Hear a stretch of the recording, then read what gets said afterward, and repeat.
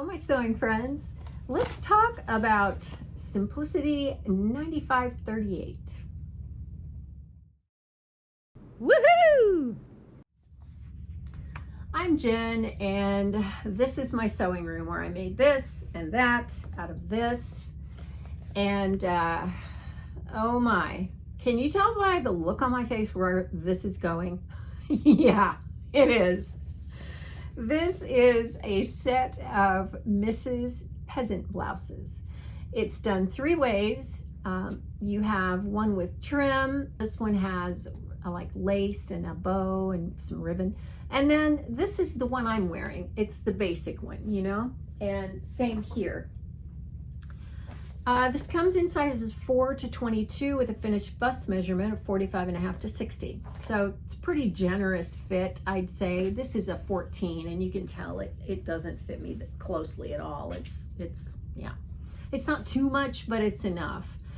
And it calls for cotton types, linen types, challis, gingham, calico, and dotted Swiss.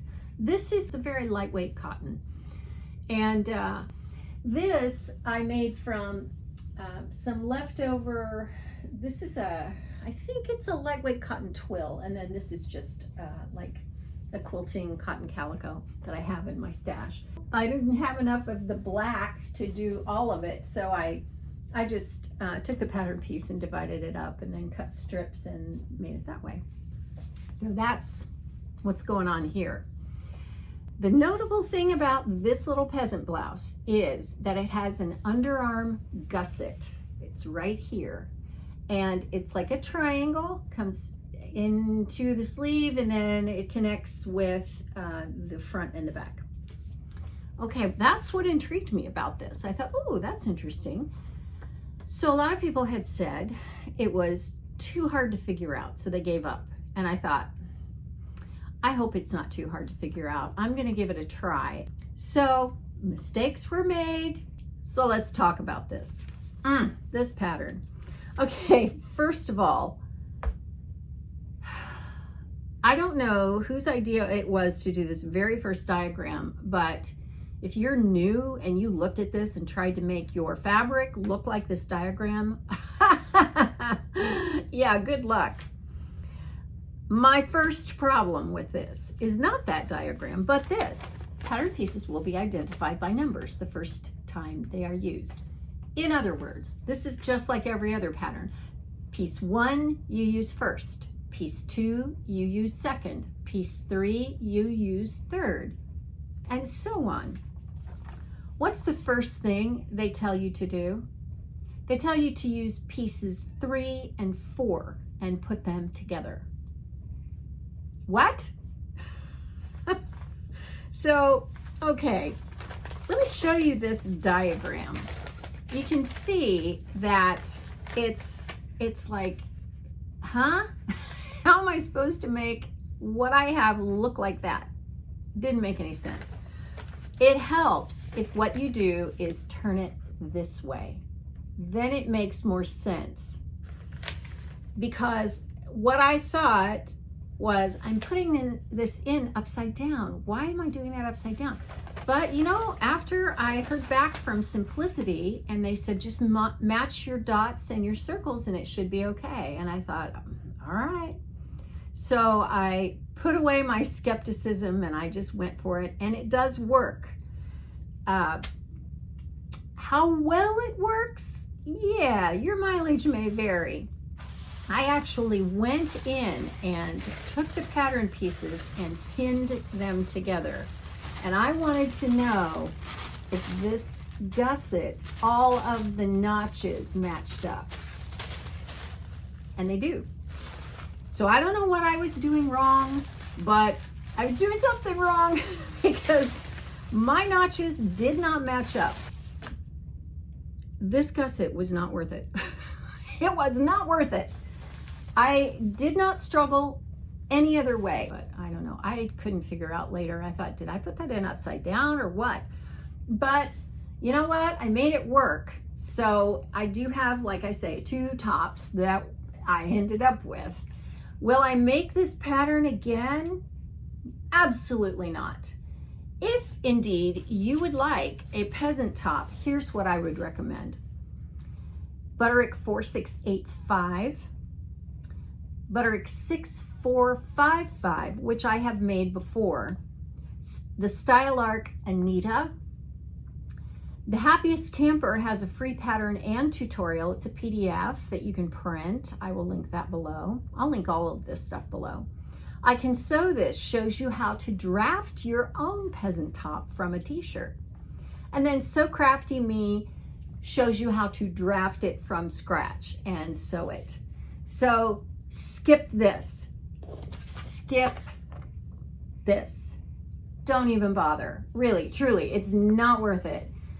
It just isn't. And I don't think this is any kind of a thing that gains you any ease of wear or anything like that. No, it just doesn't. I mean, if you didn't have to mess with this, really, a peasant blouse, all it is raglan sleeves and elastic casings. And that is it. It should never be this hard. So, simplicity, my notches didn't match up, and I can see where they'll match up if I pin the pattern pieces together. So I don't know what happened. I don't really care what happened, honestly. So I know probably some of you have had trouble with this too, because you've said so. So let me know if any of these things that I've done make any sense to you. And especially this very first thing where they show you a diagram that looks like this, and they should show it to you like this. Let me know. Let's talk about it in the comments.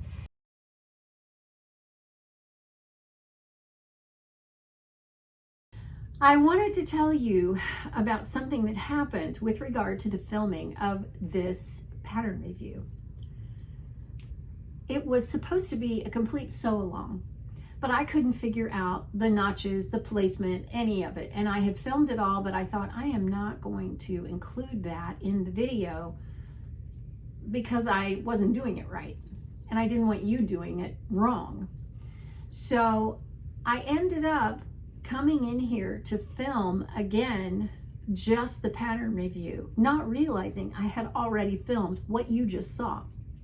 Okay, so I'm standing here in front of my phone recording when I hear what sounds like a thunderclap directly over my house. Well, this is typical in Florida, no big deal, nothing to worry about. And I heard something else, and then I turned to glance, and this is what I saw. You can do it with trim. It gives you lines where you can put the trim on.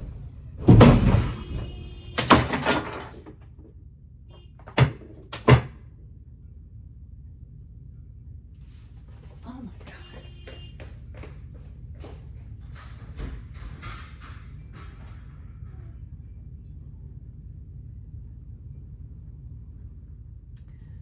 First, let me say nobody was hurt.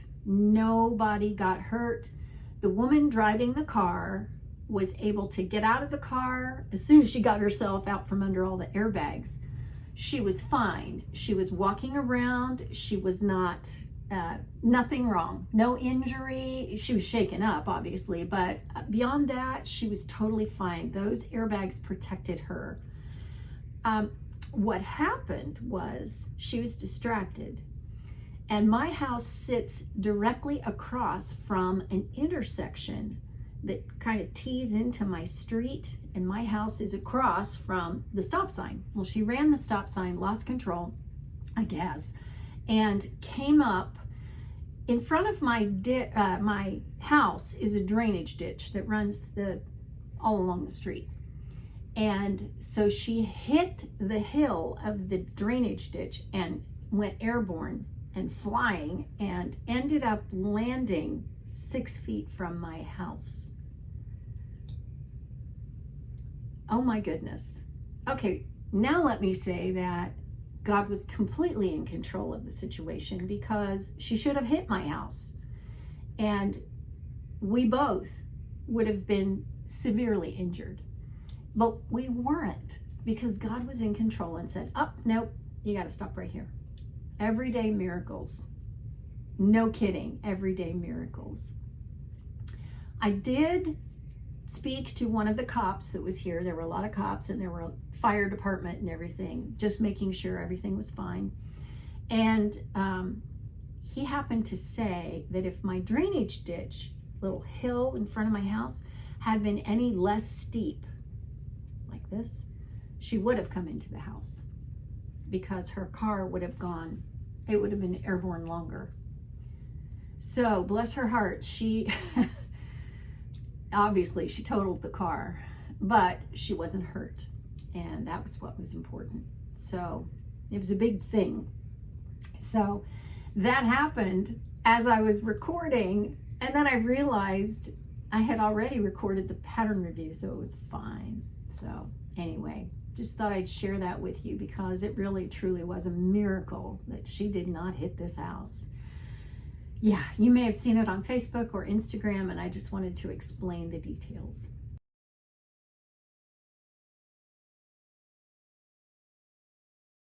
As always, you can find a whole list of my pattern reviews right over here.